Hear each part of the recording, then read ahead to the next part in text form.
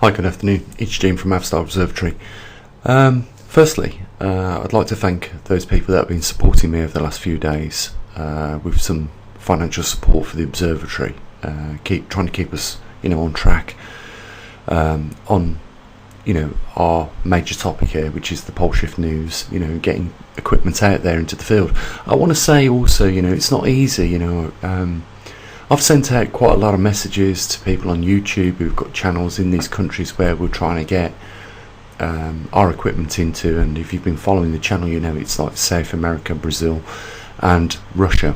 It doesn't have to be in the exact location in Russia where we know the magnetic North Pole is on its way to, but it would be good if we could establish there. The only problem is it's like out in the middle open, in the sticks, some would describe, or very rural areas, and even in a country like Russia, in this day and age, some people do not have in these locations even electricity, and the same for in Brazil. And this is what we're really battling with here with these two countries, is that we've probably got some people with the enthusiasm to have the equipment but lack the ability to have it for the fact that they don't have access to internet or reliable electricity. We've tried to overcome that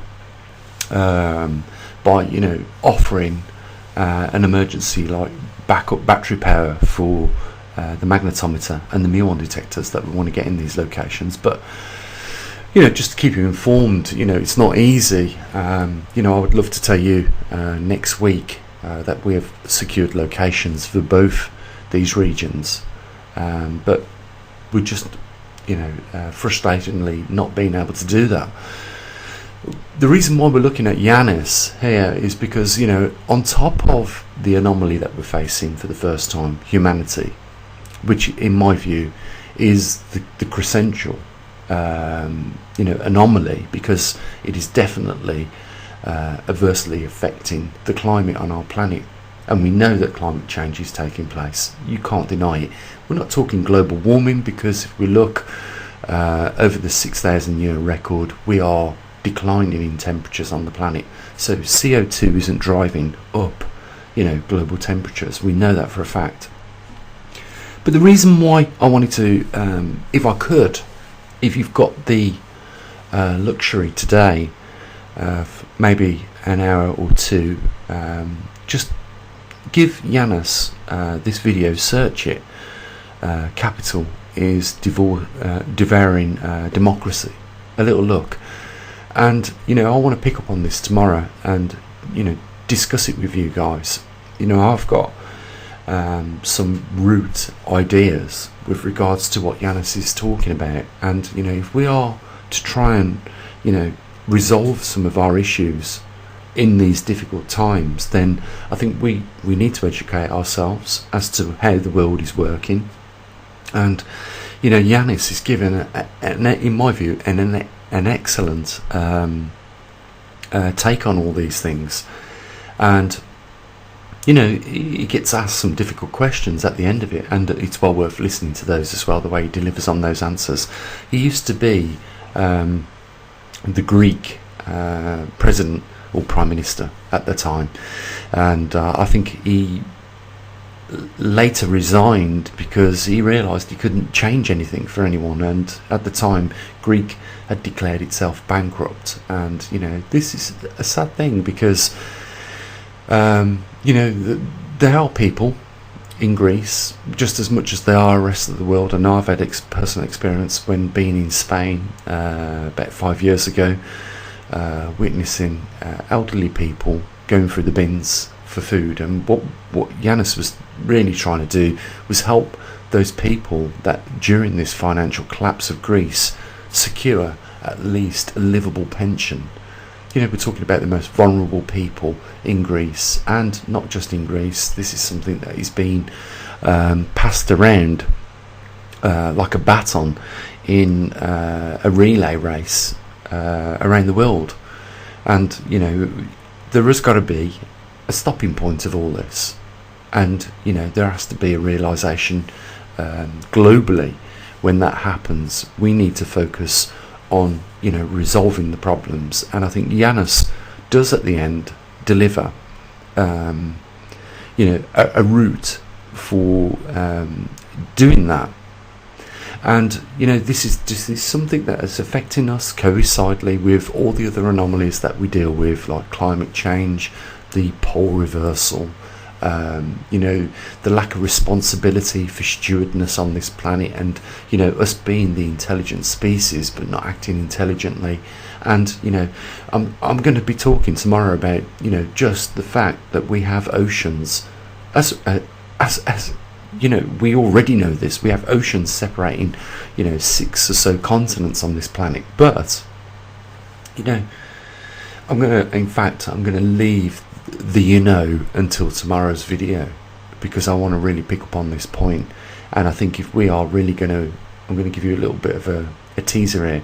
If we are going to galactically interact with other worlds, then we need to first of all establish our own problems here on this planet. And okay, I might have even given away with that. The oceans that separate continents are no different from the oceans of space that separate planets. And you're thinking, oh my God, Gene, we're going in a little bit of a Star Trek direction here, and it's a little bit too much for us to comprehend, because we're suffering at the moment through the lockdowns and the policies of lockdowns around the world due to this pandemic that has spread. When we have ever in history been placed on the precipice of destruction, it has always been a perfect opportunity, and has been utilised in the past and could be utilised right now to make those changes for the better. I'm asking you guys, if you have the luxury of a bit of time today to have a listen to what Yanis has got to say, and we can pick up on this tomorrow. And we've also got as well tomorrow coming, Kendall has delivered some data from Canada. We can process that as well. And in general, I was going to take a day off this Sunday just to spend a bit of time with my partner. We've jointly decided to make a dinner together, so she's going to take care of the savoury rice and the salad. I'm going to take care of the the beef Mexican that I'm going to make, and we're going to get together later on and have that meal with the family, her children. So if you can afford yourself the luxury of just having a listen to what Yanis has got to say, come back tomorrow and we'll discuss it.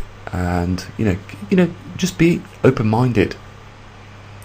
I can see a few people might get offended with the topic he talks about and the only way out, and I've got to say this, we have to accept the fact it is the only way out.